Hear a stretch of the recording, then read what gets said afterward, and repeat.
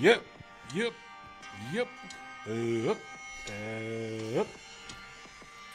Yeah, we need to figure out how to run Monty Python in here during this. Tis the season. That's true. We should do that. We'll figure out some stuff. I Well, think that's where your fly-in screen Yes. would come in handy. Just You have a fly-in screen? don't worry what we got. It's going to be good stuff. Hey, what's happening, everybody? And welcome to the weekly podcast. I think we're rebranding. Are we starting today? Did we start today? We did. Oh, there we go. Denver Music Gear Podcast. That's true. We should do that. Yes.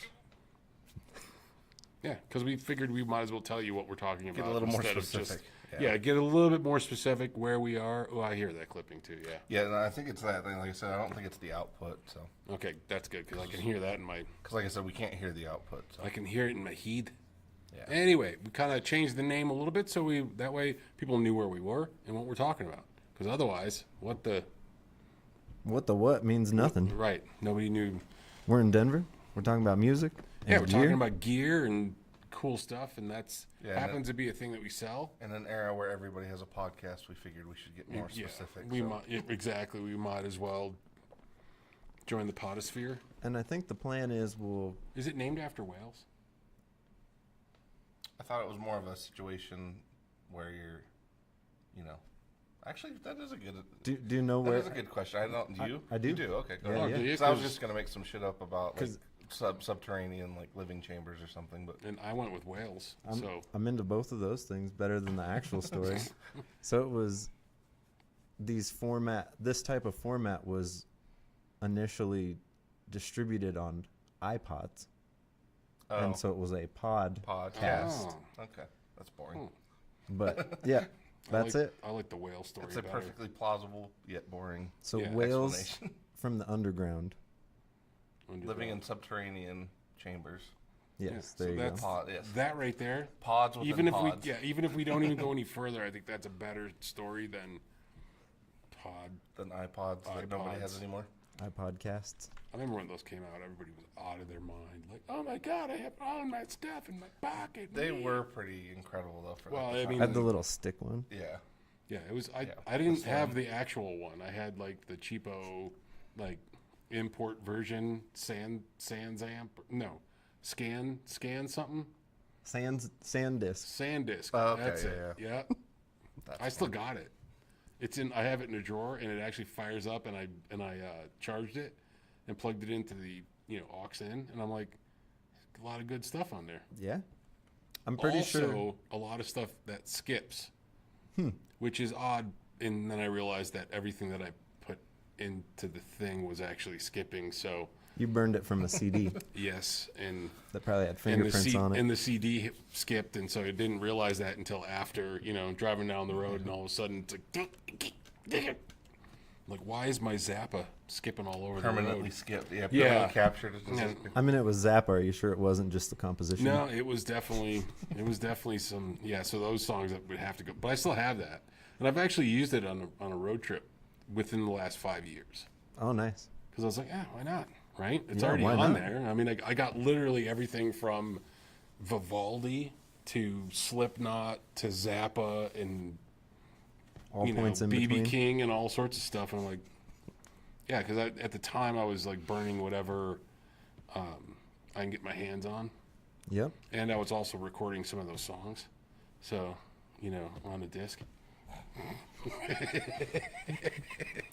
Sorry, I couldn't help but take the joke. Yeah, burned all that shit. Burned it from 8-track. Yeah. Rolled it right up and just burnt the hell out of it. Anyway, welcome everybody. So, are we going to do a few minutes of local stuff? And then we'll jump into, we're going to do local stuff later? I think the beginning was local stuff, any kind of gear news that is happening, and then we'll get into our topic. And then at the end, for all you diehards out there, Yeah, you can listen to us ramble about pickles and sandwiches and shit. yeah, Yeah. That's that. I The think random that was our. stuff's at the end. Yeah, I think we're gonna. That was the new plan. Is that we'll talk about nonsense at the end. So yeah, the ones that are really diehard and want to listen to whatever goofy shit we're talking about. But if You you're have here to stay for all the way to the end. Darrell wants to crack even more old man jokes. Yeah. but if you're Did he here for already the, start? the Is he here? He Denver did. and the music and the gear, we'll do that up front. Yes. So here's one for you, Darrell. No Ganir news is good Ganir news. Where am I pulling that from? You guys are too young for that shit. Like Greg Kinnear? Nope. No, No Kinnear it's a news. play on some words from an old kids show. So Darrell will remember because he was full grown back then. Because he's old too. Full grown watching kid Good. shows? It was well. That's part of the joke because he's old. You know, I'm old too. But anyway, yeah. So what do we got locally? What's going on locally? See, he knew. Gary Gnu. I don't know. The musically, I'm not super up on what's happening. I know the sports teams are sporting it, you know. But Yeah, I'm a little bit behind. It was my birthday on Tuesday. happy birthday. Oh, yes, thank you very much. You know, 29 never felt so good. Just saying, you know. All the stress. I'm only 29 years old. All the stress that brought up to me. Help me. Yeah, so this whole week has just been A birthday week. Yeah, it's just been overly caloric intake pretty much all week. You know? Yeah, on my birthday, I kind of overdid it. I think I had more calories on my birthday than I needed for like 3 days. It's So okay. like 10,000-ish, something like that. No, I don't know if I went that big, but it was probably definitely in the 4. You're not like a five- little dude, yeah. So. Oh no, I overdid. I'll tell you what happened. I'll let you know. I'll tell Well, you. because what like, happened. Do we want to save this part for the end of the? Yes. Oh yeah. Okay. See, I told See, you. I told see, you. see, this is what happens. We go right into my bullshit stories. All right, we'll save that. We'll save my caloric intake story for the end of this. Has How many anything calories did he eat? Right. Anything if you can guess happened- correctly, you can win a patch cable. stick around? May not function, but you know. Right. It will be a patch cable. You could win a base. Yes, in the tchotchke area of our new setup. Anything in the greater world of news that you guys are up on? Every day is something new, really, isn't it? Yeah. Okay. But as It- far does as Paul Reed- music gear, Does Paul Reed Smith have 52 different models? Because it seems like they've been dropping so they a model just- a week. The Did they announce the Mark Lettieri well, double that's not the humbucker. one I was thinking of. Oh, But see, I gotta that's go funny check because I that thought, out. yeah, because I just heard about yet another Tremonti model too. Oh, Well, That was on the Tremonti's way. also had some pedals Yeah. in the works with a company Yeah. that has been unannounced, and I'm wondering when that's going to come around. Yeah, I think there was supposed to be. I might be getting it wrong. I thought there was an anniversary Tremonti model because he's been with them for however long now. but that Lettieri looks pretty cool. It's a double humbucker instead What of the style? the Fiore. I'll have to check it Fiore. out. The Fiore. Hey, a Fiore. It's Guy Fiore. And so his initially Hey, welcome had to the Diamonds, Drive-Ins, and Guitar Stores. the hum single, but this one has Frosted the tip. two humbuckers, but with cool push pull options. I'm gonna have to check it out. Oh, so like, sort of. 'Cause wasn't he a Music Man artist? Nope, he had the Oh, has he always? Oh, okay. Yeah, never, yeah. Mind, never mind then. his original Fiore was just the hum single. Okay. He's such a killer player too. Man, what a player! There's another one too, but I don't know if it's been announced. But From they- PRS on the acoustic side. But they definitely, I've not seen an acoustic announced. Well, there's a guy. Oh, there's a guy. That's a signature guy. It's a guy. Yep. Signature guy, no less. Signature guy. So I'm gonna give you. I'm not gonna say it because I don't know. I mean, there's only tens of people might find this information out, so I don't know if I could say it. But I can't think of that guy's name. there's a ginger. Oh, that guy, That guy. the main guy. The main ginger. The main, well, Big ginger. Looper. He's a Lupa. big ginger. That's what they call He's a him. Lupa. That's what they call him, is Big Ginger on the streets. I don't know. I guess that, like I two or would call three him the dudes come to Ginger mind. Giant, but Right. Okay. So you guys figure it out from there. I think Okay? I know. I don't know if we're if it was announced yet or not, but that has not. I have not seen that. I saw a thing about it. Do you guys have a favorite? Since we're rolling to the end of the year, do you guys have a pick for your favorite piece of gear that's been released this year? I don't know. Well, we should do one with like gear the- under $40 or gear under $50. We should do a whole episode. Yeah. Well, that's. I was gonna say that's harder than it used to be, because even like gear We under. could put the number up. Because I was like gear under 120 is even hard now after the way things have been. But We could do gear under $75. we'll do some brackets. Yeah, well, I'll we'll start. bracketize. I was But gonna say my the Enzo seems like an easy, but Yeah. I'm sorry. Go ahead. No, that's great. Okay. Yeah. Well, I was gonna say Enzo X. Then you go ahead. I thought that might be your choice, but No, I was that's why gonna go with bathing Oh, okay. over dark star and sunlight. Really? Yeah. Did the Storken box come out this year, or was that last year? I think that was last year. That was last year. Okay. Well, then I can't choose it. Oh, and Old Blood Noise Endeavors bathing for those out there, and the Maris Enzo X. Yes. Yeah, the Enzo X is pretty awesome. And this last is a year, tough if I one. could go back in time, the Storken box. Because it's awesome. Like, it's one of those ones, like Gordo kept saying it was great, but then it was one of those ones when I finally tried it, it was incredible. I'm trying to think. Any guitar stuff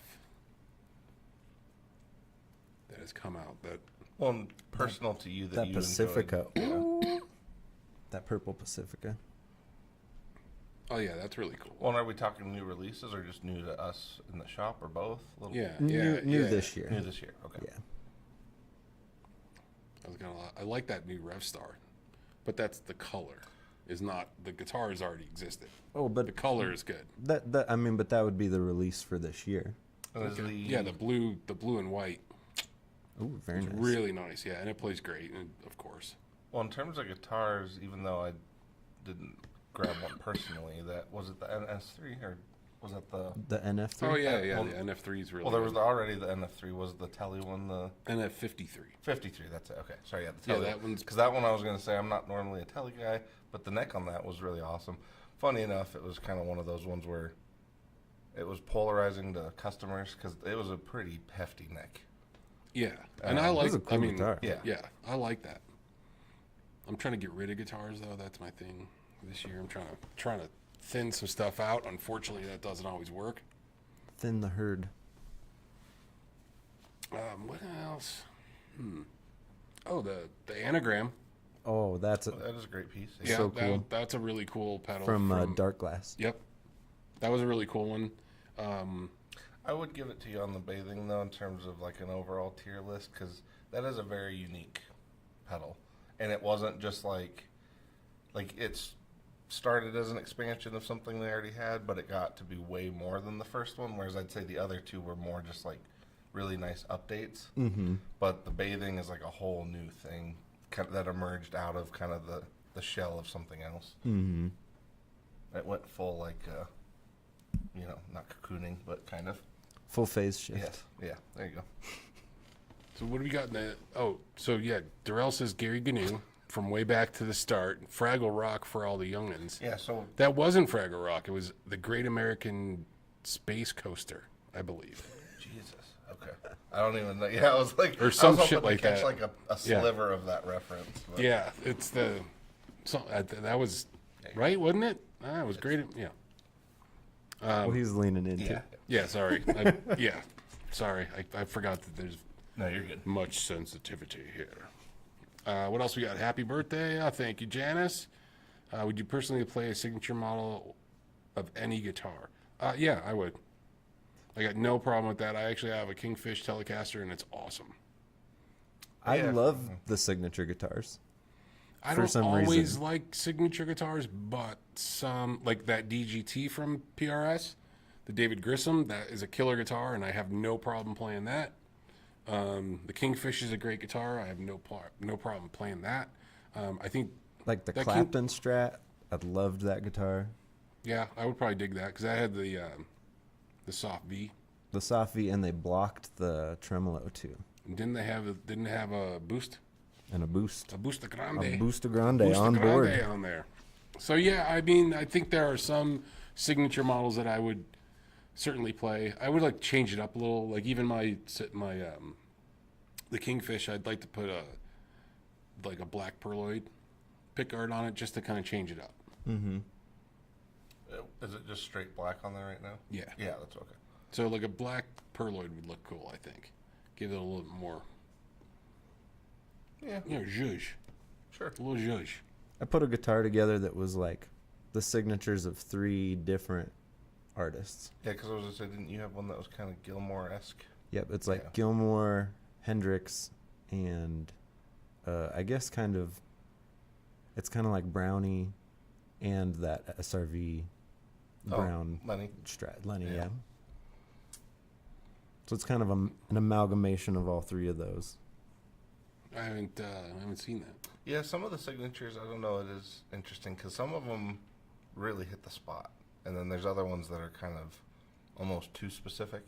Mhm. Or maybe even sometimes too the way it's executed. Because, like, one guitar that comes to mind is like that McCready Strat. So that's just Absolutely yeah. loved the way that felt. That was- It Absolutely played loved the way it awesome. sounded. Like, the way And it the sounded way was it played. amazing. The way it looked, not so great. Like, the It way it played looked was great. like...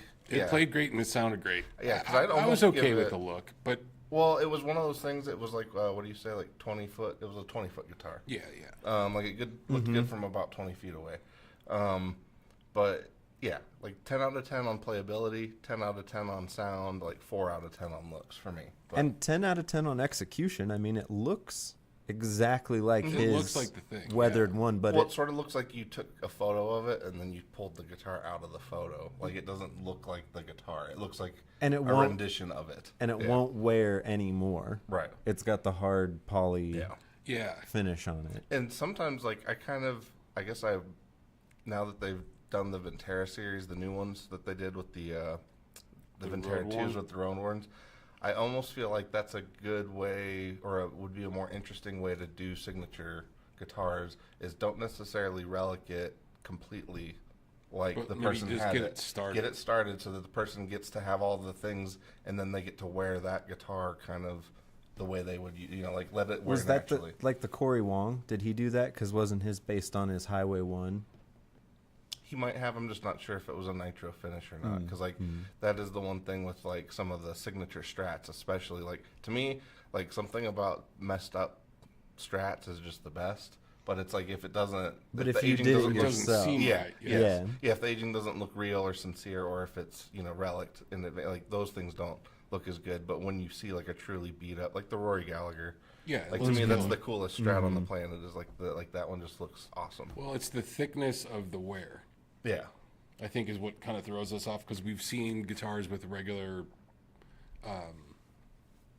with true finishes that have been worn, and then Yes. the guitars that kind of come in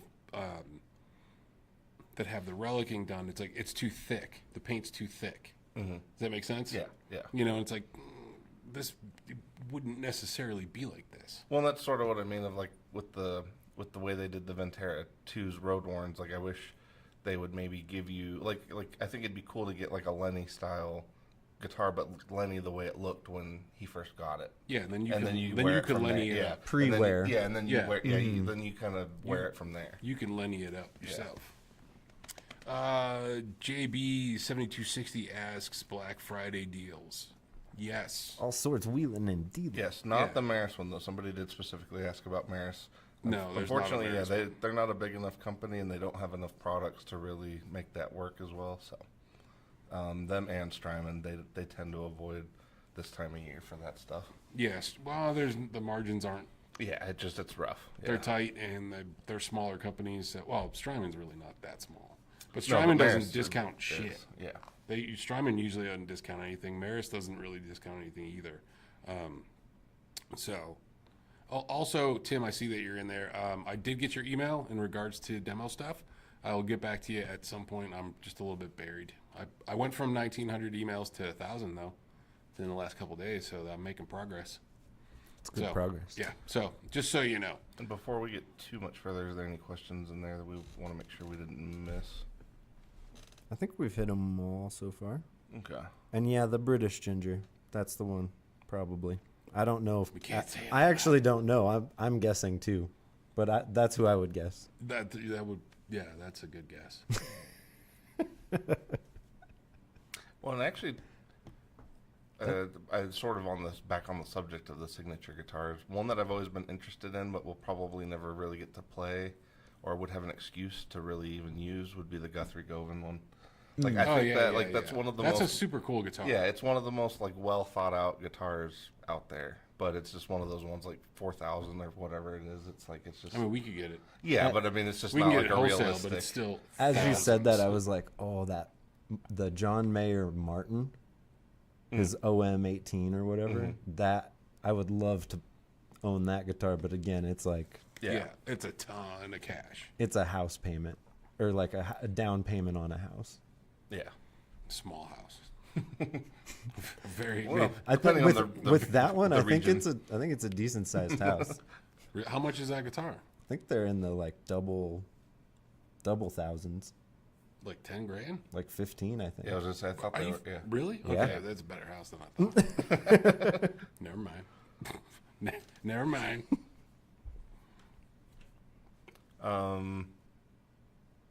Okay. Yeah, I think that was pretty much it. Did we have any other small subjects before we get to the main one? No, I think we're there. Okay. So yeah, actually, kind of a good segue since we were kind of talking about Maris, not necessarily versus Strymon, but it does kind of get into what is the definition of boutique. Not that we're providing one; we're just discussing. We're it. just Yeah. chatting about boutique, where the what people might consider boutique, or where people might draw the line on boutique-y things. Well, yeah, because I would say this conversation sort of gets into perception versus reality. Yeah. Just one more. What does that say? Hogback? Hogback Hank says he'd like a Red Beach Sir.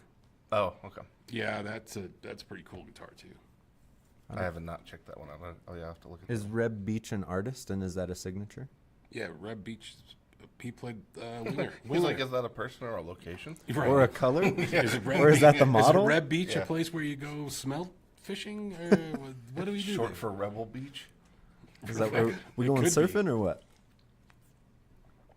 But yeah, I'd have to look Who at that who one. is Reb Beach? He played with Winger, Oh, and then other stuff afterward. But he's a monster player. So if you haven't looked into his playing, he's really a killer player. so I'm just. He'd be great if we could get him to come do a clinic or something. Is that a super strat? Yeah, if I remember right. Good assumption. Yeah, I mean they all all the dudes of the said era, you know. Well, that's the thing. pretty though. much played super But strats. sir, I'd say that's definitely boutique. But, Yeah. Sorry, what were you gonna say? Well, no, I was just gonna say I think you get into well thought out guitars and signature models, it is funny how overwhelmingly super strats are the ones that concept even kind of comes from. Well, yeah, I mean, because it's all birth based. I think it's basically birthed out of kind of Charvel. And Kramer and some of the Yeah, And I mean, but Schechter. Charvel was kind of I think they were kind of the first that went the super strat direction, and then everything kind of the Kramer and even Well, yeah, Jackson, 'cause- Grover Jackson kind of came out of that whole thing Yeah, too. because my timeline on it might be messed up, but I thought the dudes in Maiden were kind of some of the first guys that had some of those early Charvels. But like I said, I might be getting my time because like I remember them having two like super strats that looked like regular strats, but they were definitely like you could see when they had like the actual Fender ones that they modded versus the ones that were made for them. And I thought it was Charvel, but like I said, I might be getting that wrong. But those were the first ones that kind of come to mind though of like signature models where the artist got to choose the hardware and all that stuff. It was all those boutique makers out of L.A. during Yeah, the yeah. height of the hair metal. Texas Stowe says, "Who's Reb Beach?" I Come was on, curious too. So, yeah, Tim basically said, yeah, he rose to fame with Winger, like I said, and then played with Dawkin and Whitesnake, and that whole Made his way through some area, of you know, the mainstays of the yeah. era. Speaking of Whitesnake, didn't Oh, Cloverdale. Exotic California. Yeah, he I was just say he called it quits. Yeah. retired. Yeah, Who did? Cloverdale. Did he? David Yeah. Cloverdale? Really? Mm-hmm. Yeah, he basically said it was. Yeah, he. I didn't even know he was even still doing it. I didn't realize either. Apparently, yeah, he'd been still trucking along with the Whitesnake stuff, but he announced retirement recently. You guys ever seen Whitesnake? No. Damn, that they put on a hell of a show. I don't Well, I'm sure remember. he's always kind of been that guy. Like even when he was in Deep Purple, like their shows went from like just regular shows to being kind of theatrical. So, And I I don't can know see it. who was playing guitar that night, but man, they like tore the house down. I don't know. I don't know if I ever saw him. I mean, if it was any at any time it was early, you know, it was in the late '80s or whatever. Well, I was going to say Because I mean, openers and different stuff like that. Like I don't always remember who the I might openers have were to my- some of the shows I went to. stuff confused. Was Vivian part of? Vivian Campbell was Yeah, in Vivian Whitesnake. yeah, that's why. Because I was going to say if I remember. Well, Well, that was the main. Yeah.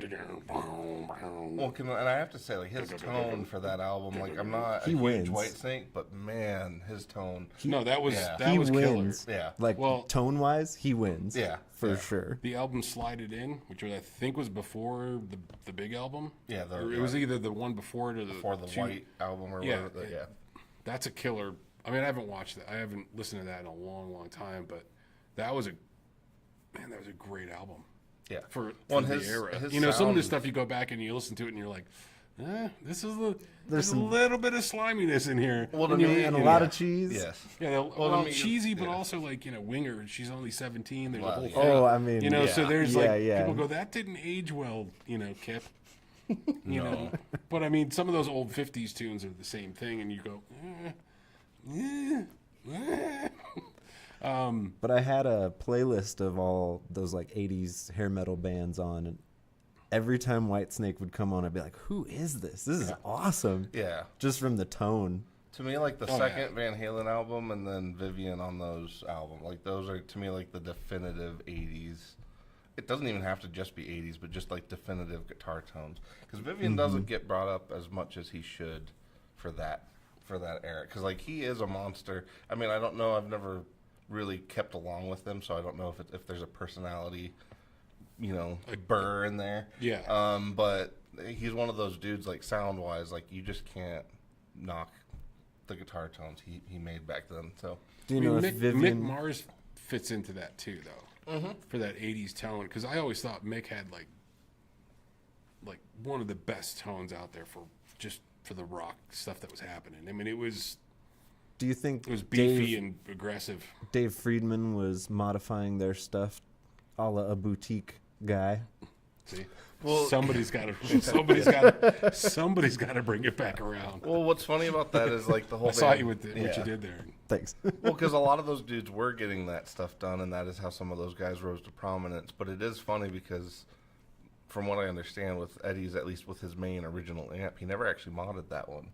It was really the Variac that really Yeah, ended that up. was going to say, yeah. wasn't that? Yeah, that and was so the thing that was kinda what made the difference. Yeah, and it was just one of those things. But Jose Arredondo, like he knew him, he was his tech at one point, and he wanted to send him business, so that was kind of how he went about it. But yeah, I always thought that was kind of an interesting tidbit. Oh yeah, John Sykes, Tim's brother. Yeah, that's yeah. right. Mhm. That's right. So Van Halen, not boutique. So it wasn't Vivi. Okay, so yeah.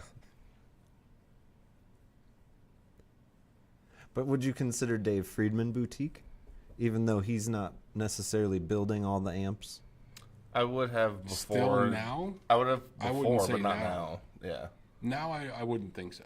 Because that's kind of what we're talking about, right? I Like, think where once do you you get to- where do you fall off at being boutique? Once you get into having your stuff made by second parties and or you're distributed primarily, Where your through- stuff is licensed, yeah, almost. yeah, like that's when I think you've you're moving past boutique, and at that point, you're kind of even at a whole different company. Mm-hmm. Thanks. And But then, like, you you know, okay, buddy? Earthquaker was boutique, Keeley was boutique, JHS was boutique at one point. Yeah, so Are what's they- Like they were what's still the boutique line? when we started. Like when we picked up Earthquaker in the early days, Mhm. they were still boutique. Yeah, because if I remember right, they were maybe around 15 people when we first got on. Were Yeah, they and still in then- the basement? Well, I think they were still in like I don't know if they were still in the basement. I know they were still in like their original spot, and then like I said, I swear when we first talked, or like when Ike and I first kind of talked, because like this was a conversation Ike and I had pretty early on, and I thought at the time We were still in the Earthquaker old seemed place. huge, but like by comparison to where they are now, Oh yeah. yeah, like We were still yeah. in the old place though. Yeah, I think we were so. When you talking- first got them, yeah, Yeah, we. I mean, that was one of the original companies that we brought on. You know, as far So as yeah, we're pedal- talking like 2015. But yeah, now, 2014, 2015. but now you can buy Earthquaker in pretty much any music store, anywhere. Even in Denver, In there's Denver, plenty of places around that carry them. in tiny little like mountain towns that have Mm-hmm. a little tiny music store, there'll be Earthquaker there. Well, I think Earthquaker, they were at least one of the first ones that I remember that kind of figured out, and I don't know if it's been good or bad, to be honest, but I think they figured out if you can do it for one person, you can do it for several. You know what I mean? Because like some companies tend to really lock down their distribution, where they're like, okay, we're going to have this one person in this one area, nobody else. Mm-hmm, And that's how they kind of do it. Whereas Earthquaker was more like, if we get more places with more of our things, that means more people will see them, more people can try them, and then more people could buy them. So I think they kind of went the other route of like, it's just as hard to open one guy as another guy, so they just kind of kept going. Mm-hmm. Whereas I think other companies have been more like taking, I don't know if it'd be more of a sustainable, because again, I don't know the back end, but Like uh, a stomp stomp underfoot, who it's like one person, where sustainable for them is a much different yeah. metric than sustainable for Earthquaker at this point. Exactly. Yes. Yeah, because that's the thing. Like, yeah, like Matt could really mess himself up by overcommitting. Whereas, like some of these bigger companies, like oftentimes the push forward for them is by overcommitting. Like that's how they kind of get to the next. Because they're like, well, we got to pay for healthcare for 20 people. Yeah. Well, in the old days, you know, with like amps and guitars and those kind of dealerships, it was very territorial. Yeah. So if there was one person in an area, like if you were a Fender dealer in, you know, XYZ town, you'd have to be a fair distance away from the next Fender dealer. Mm-hmm. So In ABC town. yeah, it would be, because that was like, but that was before the internet and all that stuff. And some people still carried that mentality into, you know, through the years. And like, they're like, well, we already have a dealer fairly close by. The thing is, with the internet, it doesn't matter where you are. Like you can, you know what I mean? Like somebody can literally sit in our right here and order an Earthquaker pedal to be delivered. Well, I think that's the You know, mentality Earthquaker kind of took of like Yeah. anybody can get it anywhere, so why does it matter to block off certain people? Right, because I know there's plenty of companies in town that carry their stuff. You know, I don't know. We were probably one of the first. Oh, for sure. You know, Well, I'd say we're but one of the only ones that has, you know, An award from them. well that and we do have an award. It's a And it's we a major award. and we always carry at least 85% probably or more of their line, and like that's the thing that I think is also different with because like when you mentioned, you know, Earthquaker getting into like places like GC, I remember when that was a thing, but it was also one of those things that like I personally thought that read poorly, like that came across bad, because then you had a lot of places where like they're like, oh, we're in GC now, but then you'd go there and it's like 3 pedals or 4 pedals, and it's like it didn't feel like they were really carrying it. It just felt like a pretty underwhelming, because I actually Yeah. went into a GC the other day because I had to go get the glow sticks to run wire, Oh. and it's right next to a GC. So I Yeah. walked in, they had a pedal display. It was the size of this table with like 4 brands on it. yeah. you know, but I didn't see Earthquaker on there. Well, but that's even what I mean of like when they do have a brand, it's not like when we have a brand. Like most of the time when we have a When brand, we usually carry Yeah. 3/4 of the Yeah. line, as long as it's not 40 pedals. yeah. You know, but even some of those companies we carry a fair amount, We've like done that JHS before, yeah. and Walrus and Well, and you know, Earthquaker too. Earthquaker yeah. too, yeah. But yeah, I would say that's one of those things where, you know, I'm sure there's pros and cons on both sides of it for the sales and the manufacturing, in terms of having that kind of open part of it. I would say one counterpoint that Tim had was that technically Friedman is, you know, distributed through boutique amp distribution, Right. so it's in the name. But It is. But- but I feel like now that he's pointed that out, it's a case in point for those brands are no longer boutique. Now that well, they're- okay, so but there's a good thing though. So on It boutique, depends though, because sometimes they're distributing it because versus making it. Morgan It's is still different. part of yeah. boutique amps, Yeah, and and those are. I would consider Morgan probably still boutique. Well, I'd say Silk. I think is Silktone also through. I think Silktone No, is Silktone is mass. mass. Oh, that's right. That's right. Yeah. Boutique has Synergy. They have like Soldano, Soldano. They got Friedman. yep.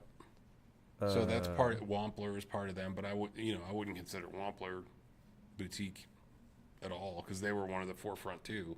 I think. Yeah, I in was gonna say pedals. at one point he was like when all the stuff was in the gray box, like the original, which I bet most people watching don't even remember the gray box Wampler pedals, but when they were still in those boxes, those were like that's when they were boutique because like literally you could open the pedal and often like 1 out of 3 would be signed by Brian at that point. So whereas like once he started getting distributed, everything kind of went into a totally different direction. Well, once you had somebody else build them, I mean, Yeah, that's yeah. you kind of you basically changing your business model at that point. Yes, and when also because he's somebody that's been kind of interesting with some of the tariff situation going on. He's been pointing out that the businesses that are kind of set up like he is, where he's not making all of it, because their margins are slimmer. The tariffs have actually been really, really rough for those companies. But the companies that they're still continuing to make their own stuff. They've been able to actually weather it a fair amount better, even though it's been rough. They've been able to because they're not, you don't have multiple people losing percentages out off of smaller percentages that are, it's like you have more people pulling from a smaller pool when you have that kind of business model that Wampler uses, whereas like the other companies like Strymon or Walrus, where they're making a lot of it in-house, they're not dealing with that quite the same way. So I think Well, it's just yeah. an interesting. You're an definitely going to have a interesting- smaller margin if you're it's almost like drop shipping. Yeah, yeah, It's like, okay, we have 4 of us here.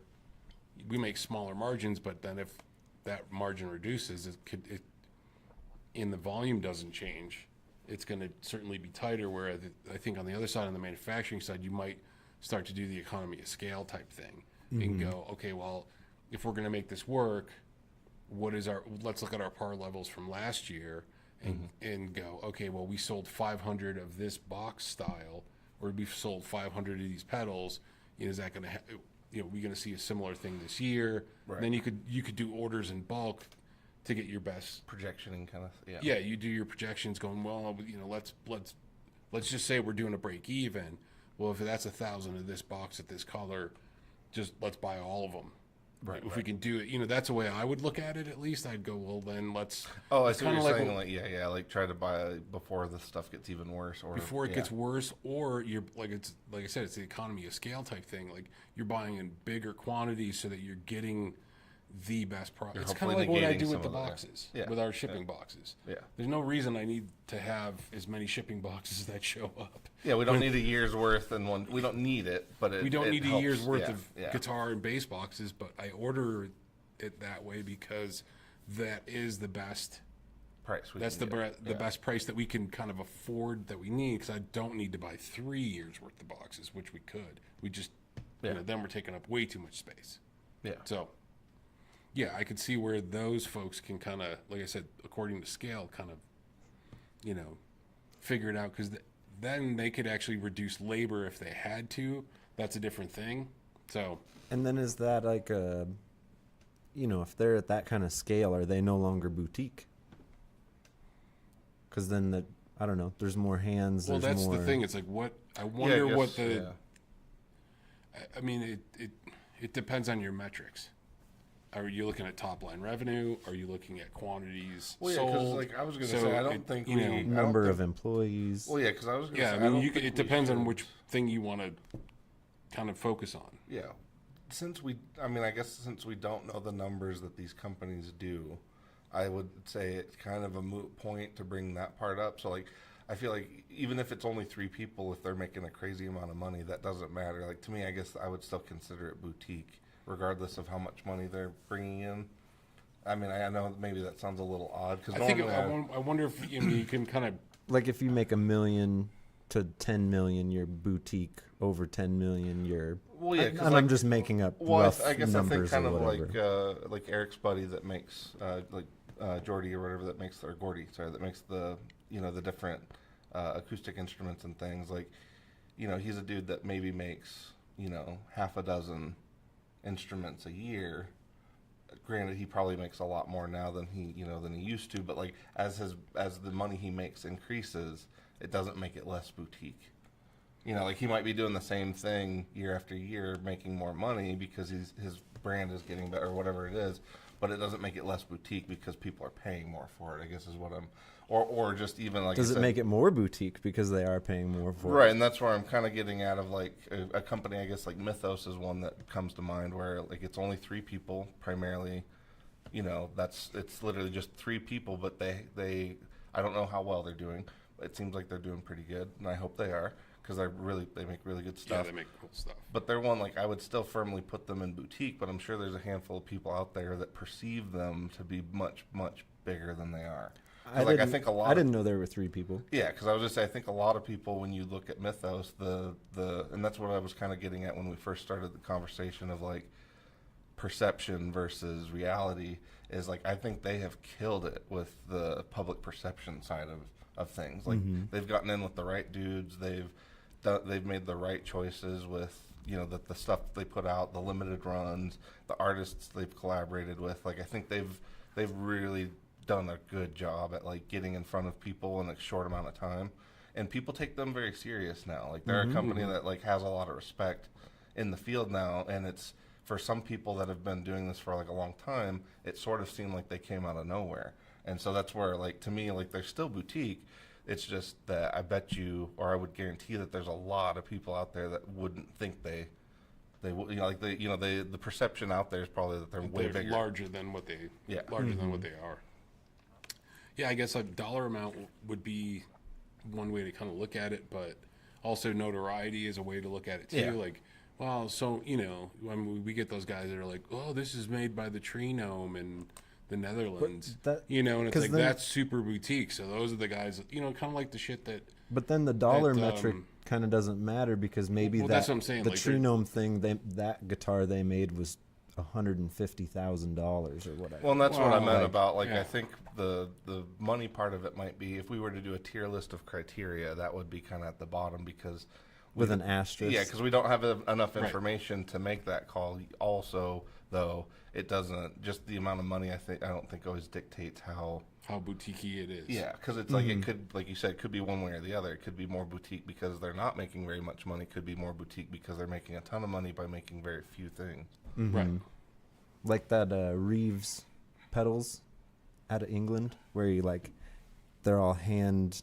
Or like the there's Pete no Cornish. circuit board. Yeah. It's all like point to point. Yeah. That or even like the Pete Cornish stuff, where like you basically had to know him, or know somebody that knew him, in order to get something done. I mean, I think he eventually expanded. Costs.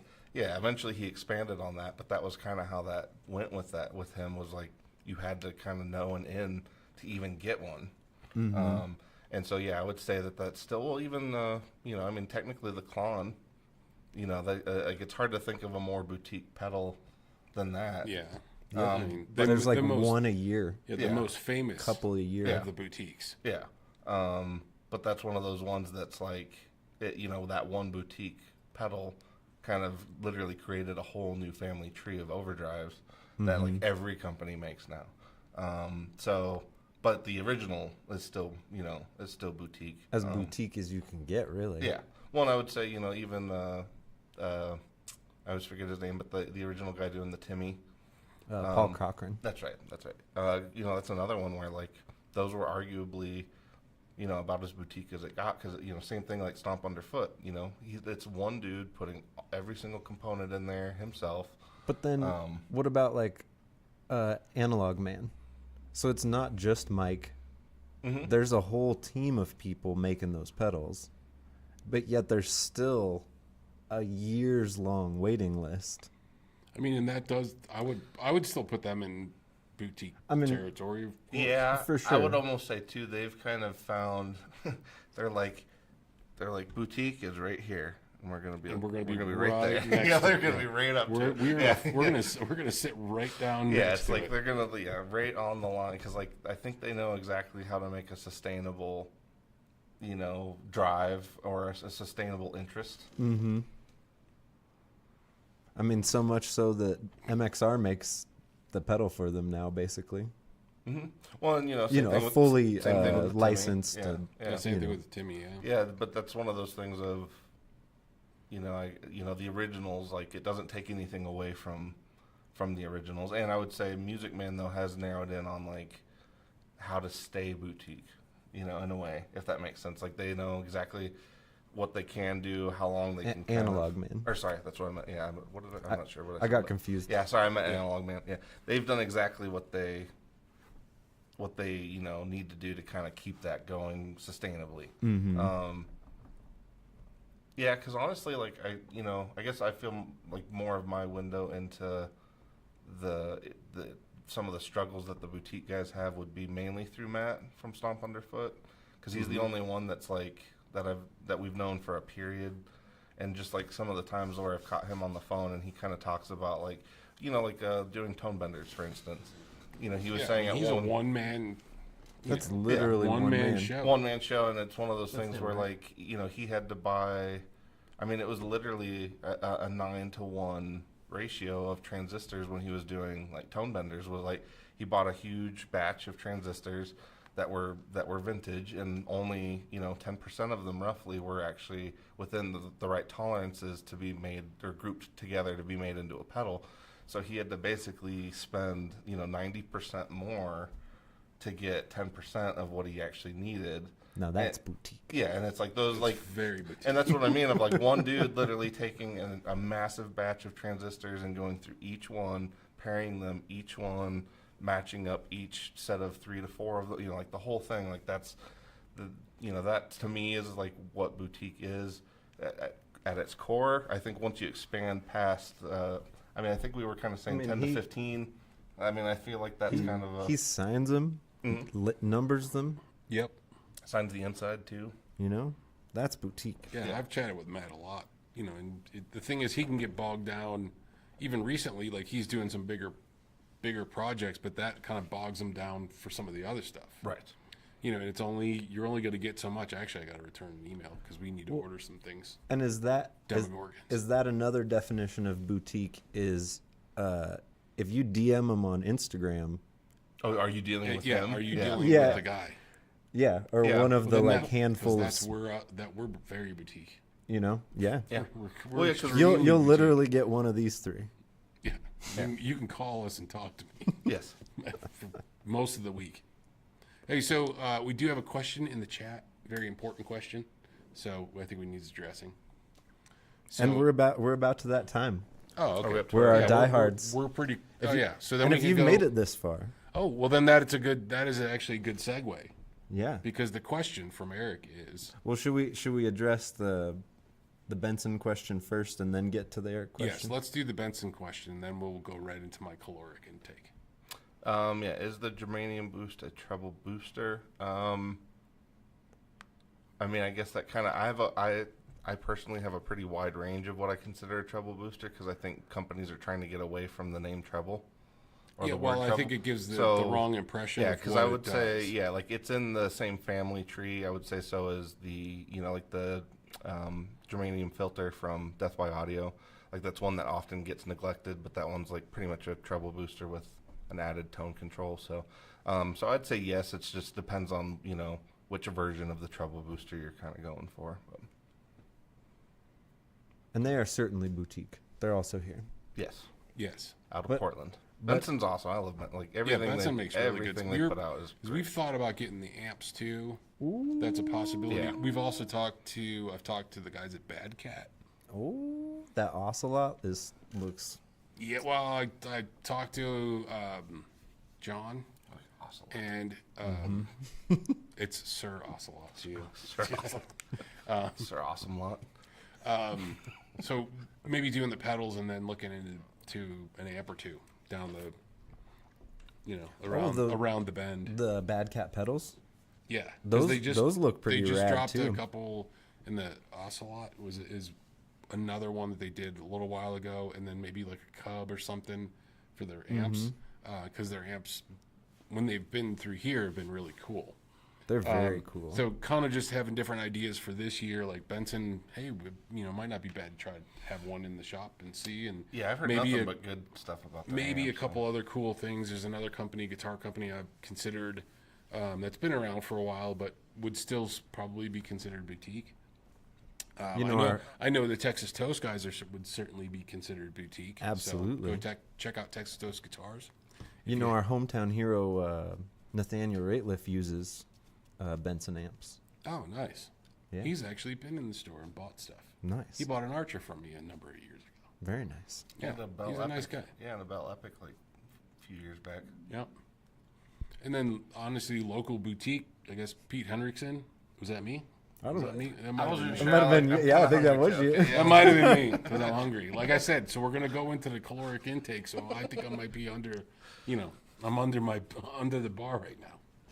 But Pete Hendrickson from Hendrickson Amps is another boutique amp company made here in Arvada. Arvada, Colorado. So check that out.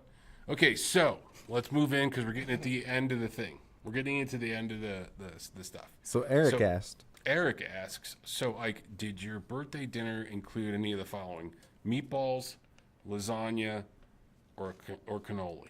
Come on, all three. Let's go for all three. Come on, all three. Okay, so I'm going to tell you how it starts, He's like, first I dipped a cannoli in the lasagna. And then which is and there was a meatball sounds- in the cannoli. which sounds awesome. So my nephew, who works night shift at Coors, gets out at like 6:30 in the morning. So he shows up first things first. Hey, Uncle Tone. My real name's Tony, if you guys don't know that. Anthony. Hey, Uncle Tone, I brought you a breakfast burrito. Ham, just like you like. Boom, nice. So I start my day out with a breakfast burrito and shooting the shit with my nephew. Hell yeah. That's where it starts, and kind of farted around a little bit through the day, and then about, I don't know, 1 o'clock, I start getting a little peckish, and I got to go to Harbor Freight to pick up the glow sticks, right? So we can run the wire underneath the thing. Well, guess what's on the way? Culver's. And I've been kind of having a craving for a butter burger for a bit, so I'm like, I'm kind of hungry. And my birthday was one of those days where, you ever have those days where you wake up and you're like, I could eat like 6 pizzas today and I'm still like not going to be satiated. That was kind of the day. It might have been because I had a couple whiskey drinks the night before, so that might have kick-started my hunger like early. Anyway, so I stop at Culver's and I got a mushroom cheeseburger and a fish sandwich. And some fries. Okay, I know. And already, I've pretty much... he's like, so then I got to the end of these, and I was like, man, I wish I had that all over again. Hey, but I didn't have a Coke, so... All right, so I okay. didn't have a soda, so there's no extra... You know, Like, I none of those empty reserved all... calories. Yeah, I reserved all the calories for later. And then, so I ate that, and I'm like, that's pretty much it. I've reached my caloric intake for the day. I'm like, any normal person would have been like, that's like, it. surely. If anything, I'll have a side salad for dinner. But don't call me Shirley. Right, don't call me Shirley. So then Tyler calls. I'm just kidding. Yeah, that almost happened. Okay. So that's my other nephew. So then, I don't know, it's 7 o'clock. Then 7 o'clock rolls around, and, I'm enjoying my day, with things that Colorado has to offer. And somehow I start getting hungry again. Somehow. Yeah. Somehow, yeah. Yeah. You know. Managed. Yep. Just managed to get hungry again, and I'm like, blue pan pizza sounds delicious. Okay. So, blue pan Detroit style chicken pesto pizza, absolutely fantastic. If you guys have a blue pan pizza near you, go. It's so good. And then I was like, maybe I should have some eggplant, a stack eggplant because it's like an appetizer, right? Why shouldn't I have that? It's my birthday, and it sounded like a good idea, so I ordered that too. And then they had like a meatball appetizer. Okay. So I ordered. Check one. So I ordered meatball appetizer, And pizza, because And Detroit I style was is gonna say kind of pizza's lasagna. lasagna. Yeah, it's lasagna approximate. it's very doughy, but man, it is so good. It kind of reminds me of the old way that Pizza Hut used to do the shit in a pan, where you'd have the dough that would crisp up on the. Oh, so good. Anyway, and plus I'm also thinking, I'm not going to eat all of this in one sitting. Dylan's laughing. Dylan's laughing because he know I can. Yeah. And I'm like, I'm not going to eat all this in one sitting. I'm going to save some of it for tomorrow anyway. So if I order enough, it's fine. But if I'm going to order the meatball, the eggplant, and the pizza, you know what? It is my birthday. So I should have something sweet to finish it off. So you could check the last Cannoli. box. Okay, there we go. So 2 out of 3. Yeah. Yeah, so I did have a meatball and a cannoli. So you did get 2 out of 3 out of the thing. And I'm like, I must have had 5,000 calories on Tuesday. There you go, everybody. 5,000. Who guessed 5,000? So whoever gets 5,000 calories is probably around the right thing. So I did add up some of the calories. I'm like, how Just can in you case. how can you still eat this much at your advanced age? But when I was a kid, it was like it was impossible. Like I got friends that used to work catering, and my one buddy Michael was like, dude, you never stop. Every time you walk into the walk-in cooler, you walk out with like something. A meatball on a fucking fork, something on a piece of bread, a piece of chicken, a piece of sausage. They used to laugh at me all the time. They're like, dude, I was kind of like Brad Pitt in Ocean's, in the Ocean's the movies? movie, Yeah. where he's always Ocean's eating movies, in every yeah. scene. I love that. That's like my favorite recurring joke through the Yeah. whole thing is just him constantly. So they used to laugh at me all the time at the catering company that I worked at because they're like, dude, every time we see you, you're like eating something. A bowl of soup, some chips, you got coffee. Like you're definitely coming out of the cooler with something. Yeah. If you're not, something's wrong. Yeah. It was crazy as shit. Anyway. But yeah, Eric, see, 2 out of 3, not bad. And then how did I feel the next day? That's all right. Oh, there you go. I did fine. Wait, and I should have known better because I'm like, the next day I go, all right, I'm going to be good. I'm going to be totally good because I overdid it. And I don't want to overdo it 2 days in a row. When I come into work and Gordo bought me 2 big pieces of cake Oh, yeah. from the Eternal Flavors. Flavors, Oh, man, that's so good. was delicious. But the cake pieces were like huge, and one of And them like was this tall. It was probably like a pound. 'Cause Yeah. It was some shit with some fruit Oh, in okay. it, and it must have been a pound. Like the one slice was a pound. It was crazy. But then also, I'm looking at the box and it says Eternal Flavors, and I go, this seems like some guy that like went to college to be a mortician, but really had a penchant for pastries or something. Yeah, he had dreams of being like 'cause some weird Eternal alchemist. Flavor. Yeah, The 'cause- eternal flavor. Welcome to Eternal Flavors. We'll have the display in room 2. It just felt like I'm like, this is kind of a mortuary sounding bakery. You can eat them, but they will never leave you. Yeah. So yeah, You can And- check in, but you'll never leave. How does that song go? yeah. So not the Eagles, man. Fucking hate the Eagles, man. Anyway, so that's my adventure in eating. Plus, actually, the next day we had smothered burritos. We had some smaller burritos. Smothered. Yeah. Smothered. Don't you tell your date. What was it? Tell your chili not to walk my way. Tell your chili not to walk my way. That was the funniest thing. Anyway, so there we go. That's what Ike's birthday week of food look like. Nice. Yeah, now I got to go on a massive diet. Then one last finishing question from Hank. Yeah, to wrap up the thing was, do we still use pedal boards or do we use modelers now? Paddleboard. Yeah, pedal board. Yes. Yes and yes. I think for most of the guys here. Yeah, it's kind of So all there is- over the place. So that everybody has What day is it? Yeah, everybody has a pedal board, but James has like a HX Stomp in there. So Well, with other things, because I was gonna say you don't. Well, at least on Mondays. I mean, neither you or I are really. I mean, I guess if the Iridium counts, but we're not really using like a Amps. or like a Helix. Amps. Yeah. Yeah. So like to me, I would say like more like what Ike was saying. Like James kind of is doing both, but most of us still use pedal boards for the most part. But Yeah. then I also have like my Tone X1 that I really like. It's still That on is- a board though. It's almost a board Yeah. unto itself. Yeah. Because you can do a lot with it. Yeah. Now we're getting into the minutia of what constitutes a pedal board versus a modeler. oh All right. yeah, We'll add it to the- another. We'll yeah. put that on the list. Yeah. We'll put that on the list. Yeah. All right, we got to roll. It is 5:02. Thanks everybody for hanging out and listening to all the stuff on the new rebranded Denver Music Gear podcast. And thank you for listening to all of my caloric adventures and all the stuff. And if you made it this far, why don't you tell us what boutique is to you and who your favorite boutique company is in the comments. Also, give us a like. Don't forget to like, subscribe, share with all your friends.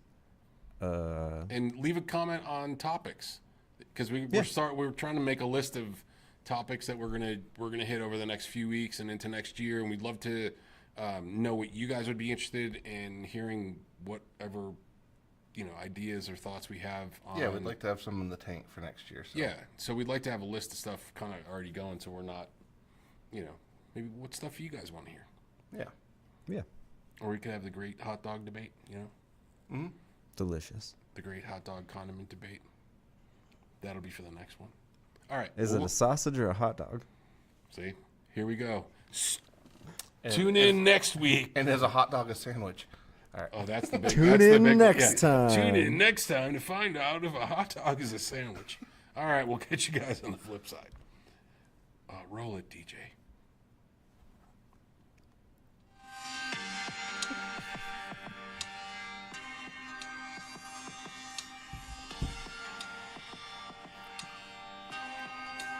Yeah. Huh. Yeah. Chopper broccoli. Huh. Huh.